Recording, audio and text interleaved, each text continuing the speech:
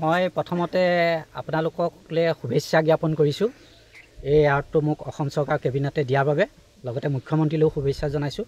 ইয়াৰ পৰাই মোৰ গোটেই অসমৰ শুভাকাংক্ষী মোৰ অঞ্চলৰ লগতে গোটেই ভাৰতবৰ্ষত মোৰ যিমান শুভাকাংক্ষী আছে তেখেতসকললৈও ইয়াৰ পৰাই মই কৃতজ্ঞতা জনাইছোঁ।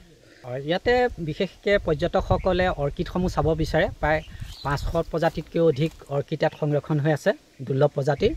ইতিমধ্যে এখন মই 100 প্ৰজাতিৰ বাঁহৰ উদ্যান গঢ়ি তুলিছোঁ। এখন বেতৰ উদ্যান আছে, তাত বেতৰ উদ্যান, হাতী বেত, চুলি বেত, শৌকা বেত, ৰাইডাং বেত, সেইবিলাক যিবিলাক মানুহে নাজানে সেইবিলাক আছে। আৰু এটা কথা কওঁ, মোক ড্ৰেগন ফ্ৰুটৰ ফাৰ্মিং হিচাপে অসমৰ বা বাহিৰৰ মানুহে চিনি পায়।